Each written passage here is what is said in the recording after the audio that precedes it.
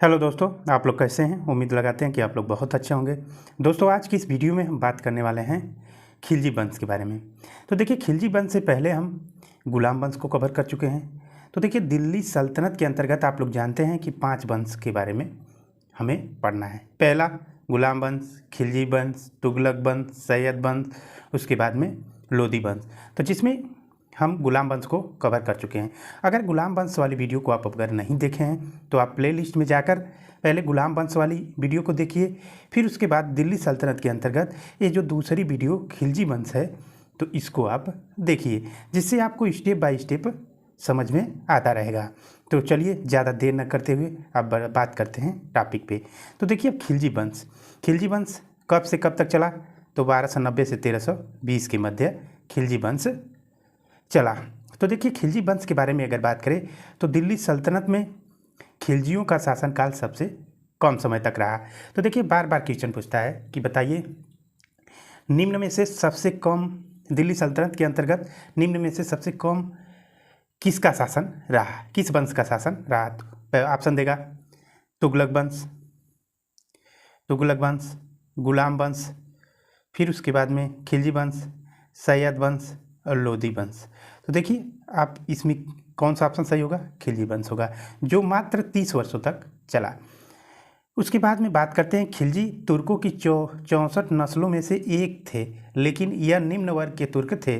खिलजी वंश की स्थापना की अगर बात करें तो 13 जून 1290 ईस्वी को जलालुद्दीन फिरोज खिलजी द्वारा गुलाम वंश के अंतिम शासक क्यूमर्स की हत्या करके की गई थी।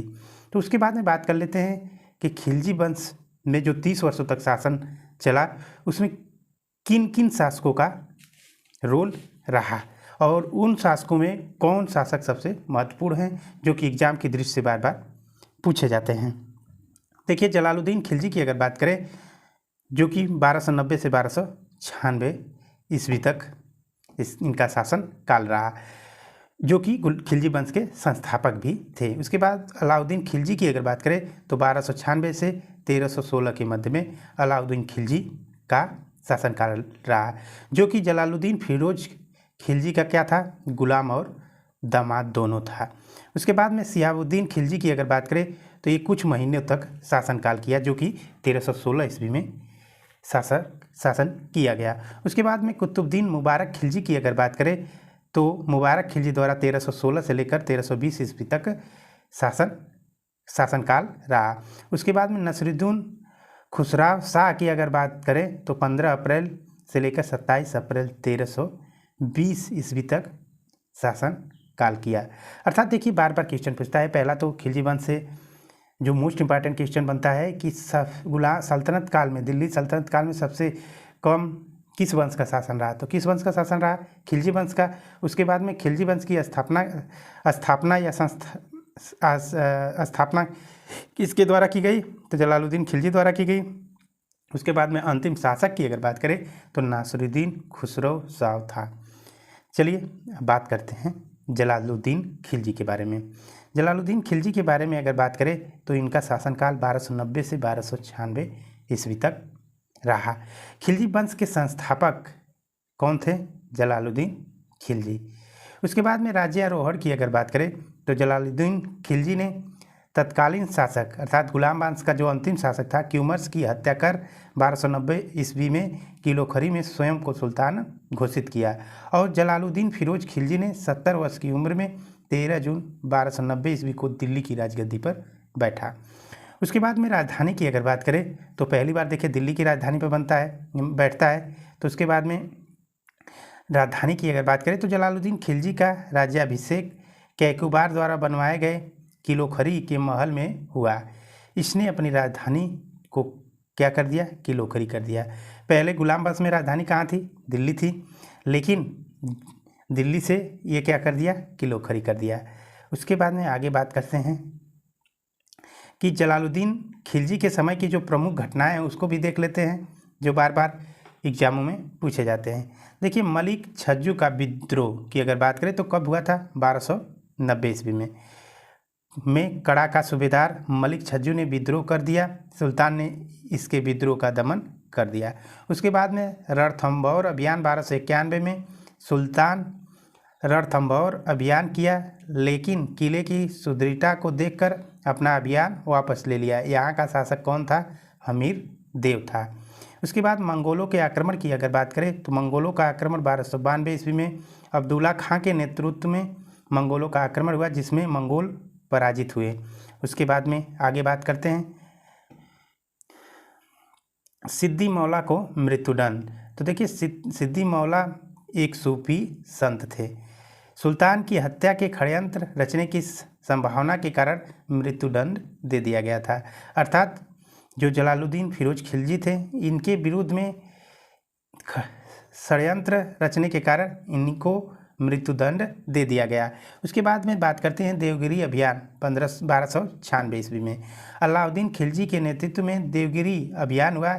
इसने देवगिरी के जो शासक थे रामचंद्र देव को पराजित कर अपार धन प्राप्त किया। उसके बाद में सुल्तान की हत्या की अगर बात करें तो सुल्तान की हत्या 1296 ईस्वी में कड़ा में अलाउद्दीन खिलजी ने सुल्तान की हत्या कर दी। अब अलाउद्दीन खिलजी कौन था तो उसके बारे में हम देख लेते हैं। देखिए अलाउद्दीन खिलजी के अगर शासनकाल की अगर बात करें तो अलाउद्दीन खिलजी का शासनकाल 1296 से 1316 तक चला। उसके बाद में जलालुद्दीन खिलजी की हत्या उसके भतीजे और दामाद अलाउद्दीन खिलजी ने कर दी और 22 अक्टूबर 1296 ईस्वी में यह दिल्ली का शासक बना। तो कौन 1296 ईस्वी में शासक बना? अलाउद्दीन खिलजी। उसके बाद में जलालुद्दीन खिलजी कौन है? ये हैं। उसके बाद में अलाउद्दीन खिलजी के बचपन की अगर बात करें तो अलाउद्दीन खिलजी के बचपन का नाम अली तथा गुस्साप्य था। देखिए बार बार पूछता है कि बताइए निम्न में से दिल्ली सल्तनत काल के कौन सा शासक है जिसका नाम अली तथा गुस्साप्य था? तो कौन था? अलाउद्दीन खिलजी।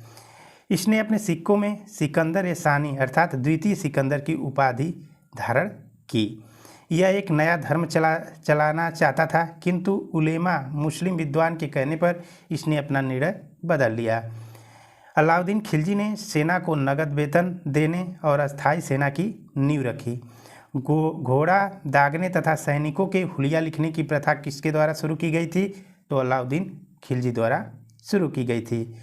उसके बाद में अलाउद्दीन खिलजी ने भू राजस्व कर बढ़ाकर उपज का 50% कर दिया। इसने लूटे हुए धन जिसे खम्स कहा जाता था उसमें सुल्तान का हिस्सा 25% से बढ़ाकर 75% कर दिया। उसके बाद में बात करते हैं कि अलाउद्दीन के जो 4 प्रमुख सेनापति थे उनको भी जान लेते हैं।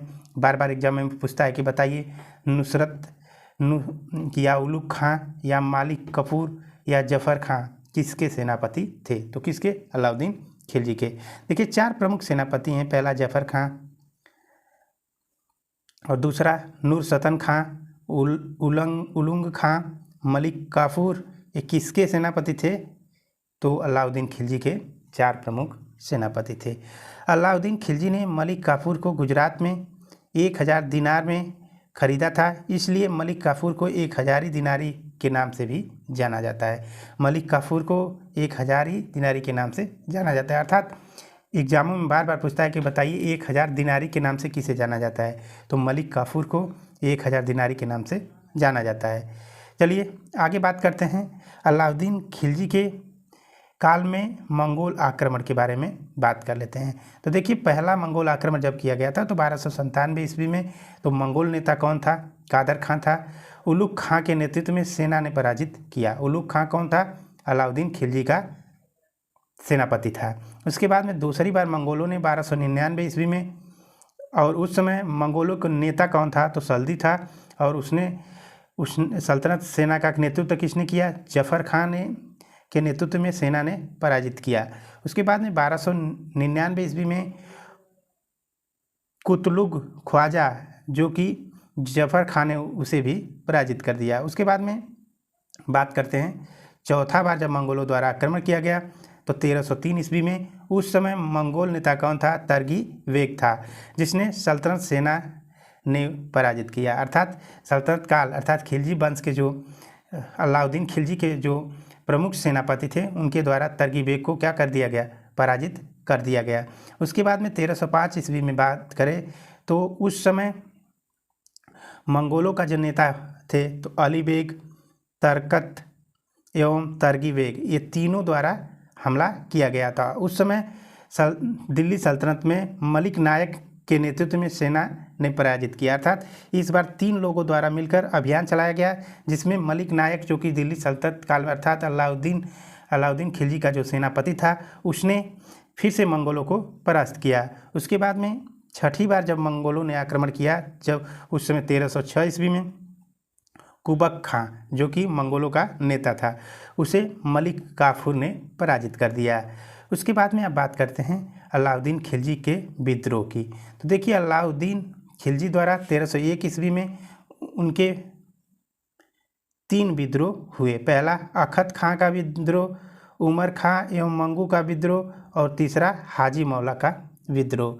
उसके बाद में अध्यादेश की अगर बात करें तो इस एक सशक्त मजबूत गुप्तचर व्यवस्था की स्थापना की तथा बरीद तथा मुनिया या जासूस नियुक्त किए। उसके बाद अमीरों के पारस्परिक मेलजोल और विवाह संबंधों पर रोक लगा दिया। शराब और भांग जैसे मादक पदार्थों के प्रयोग पर रोक लगा दिया।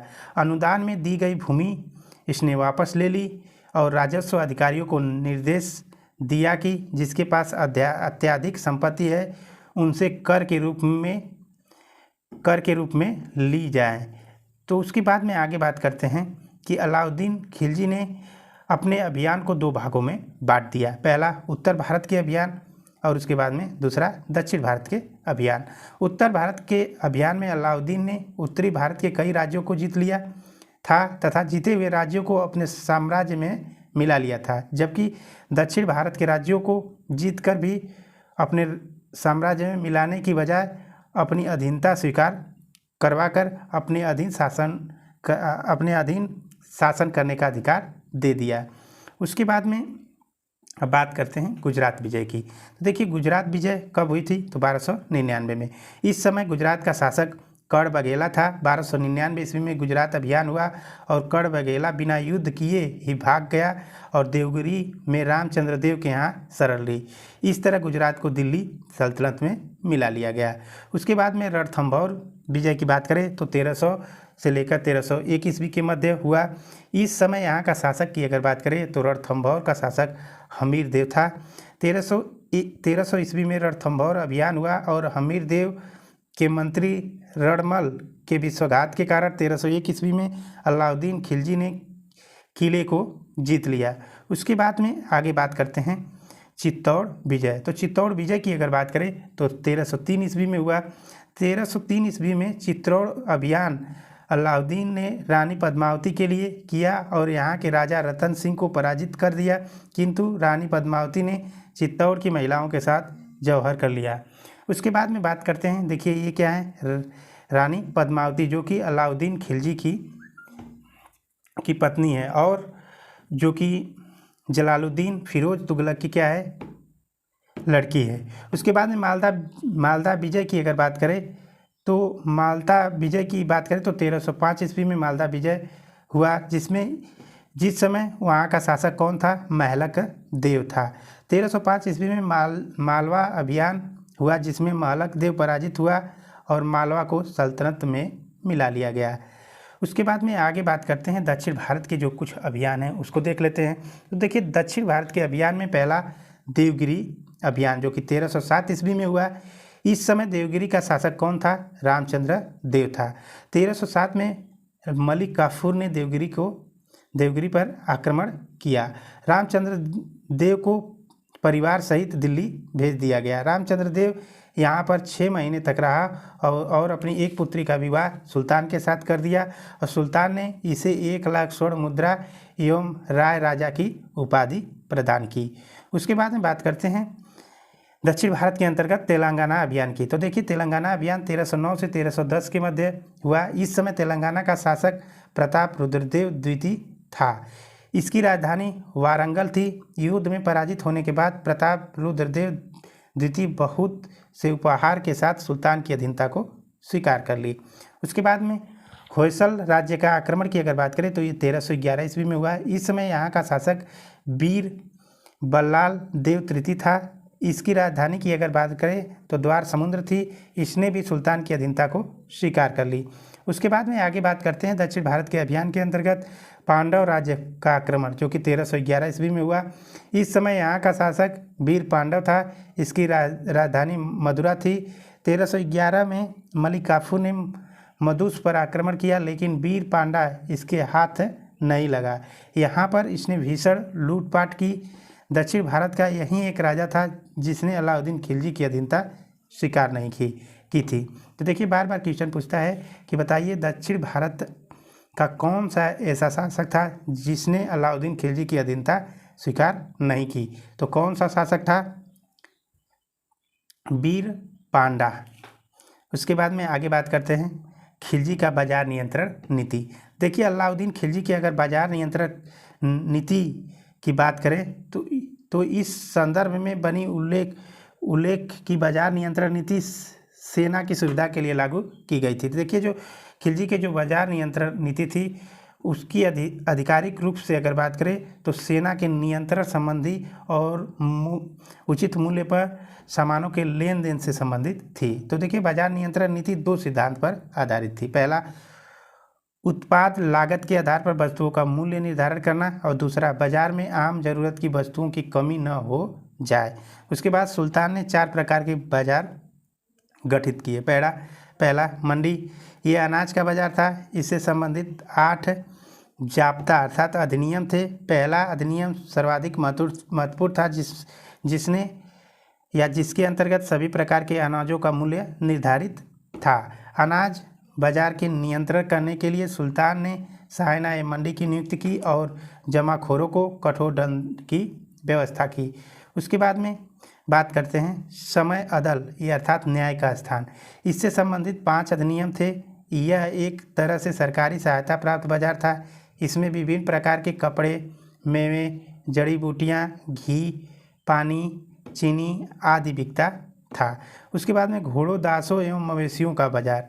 तो देखिए इससे संबंधित सामान्य नियम थे। पहला नियम किस्म के अनुसार मूल्य निर्धारण था। दूसरा नियम दलालों पर कठोर नियंत्रण था। सामान्य बाजार की अगर बात करें तो इस बाजार में आम जरूरत की वस्तुएं बिकती थी, जैसे सब्जी, मिट्टी के बर्तन आदि। इनका मूल्य भी उत्पादन मूल्य पर आधारित किया गया था। उसके बाद में बात करते हैं अलाउद्दीन खिलजी के निर्माण कार्य की। तो देखिए अलाउद्दीन खिलजी के निर्माण कार्य की अगर बात करें तो इनके द्वारा अलाई दरवाज़ा, सीरी का किला, 1000 खंबा महल, जो तीनों का निर्माण किया गया, जो कि आज कहाँ पे स्थित है? तो दिल्ली में स्थित है। अर्थात अलाई दरवाज़ा भी दिल्ली में स्थित है, सीरी का किला भी दिल्ली में स्थित है और 1000 खंबा महल भी दिल्ली में स्थित है। उसके बाद में आगे बात करते हैं कि अलाउद्दीन खिलजी की मृत्यु के बाद मलिक काफूर ने उसके 6 वर्षीय पुत्र शिहाबुद्दीन खिलजी को सुल्तान बना दिया। खुद उसका प्रतिशासक बन गया। लगभग 35 दिन के शासन के बाद अलाउद्दीन खिलजी के तीसरे बेटे मुबारक शाह खिलजी ने मलिक काफूर की हत्या कर दी और शिहाबुद्दीन को बंदी बनाकर उसकी हत्या करा दी और खुद शासक बन गया। उसके बाद में मुबारक शाह खिलजी की अगर बात करें तो मुबारक शाह खिलजी 1316 से 1320 ईस्वी तक शासन किया। इसने खलीफा के पद को मान्यता नहीं दी और स्वयं को खलीफा घोषित कर दिया। इसका मानसिक संतुलन सही नहीं था। यह दरबार में कभी कभी महिलाओं के वस्त्र पहनकर आ जाता था एवं कभी कभी निर्वस्त्र आ जाता था। बाद में इसके प्रधानमंत्री खुसरो खान ने 1320 में इसकी हत्या करवा दी और खुद शासक बन गया। उसके बाद में बात करते हैं नासिरुद्दीन खुसरो शाह, जो कि खिलजी वंश का अंतिम शासक था। तो देखिए नासिरुद्दीन खुसरो शाह की अगर बात करें तो इसका शासनकाल 1515 अप्रैल से लेकर 27 अप्रैल 1320 ईस्वी तक बस कुछ ही दिन शासक रहा। उसके बाद उसकी हत्या करवा दी गई और खिलजी वंश को खत्म कर दिया गया। अर्थात खिलजी वंश का अंतिम शासक कौन था? नासिरुद्दीन खुसरो शाह। तो दोस्तों आज की इस वीडियो में इतना ही। आपको ये वीडियो कैसी लगी आप कमेंट बॉक्स में कमेंट करके बताइए। धन्यवाद।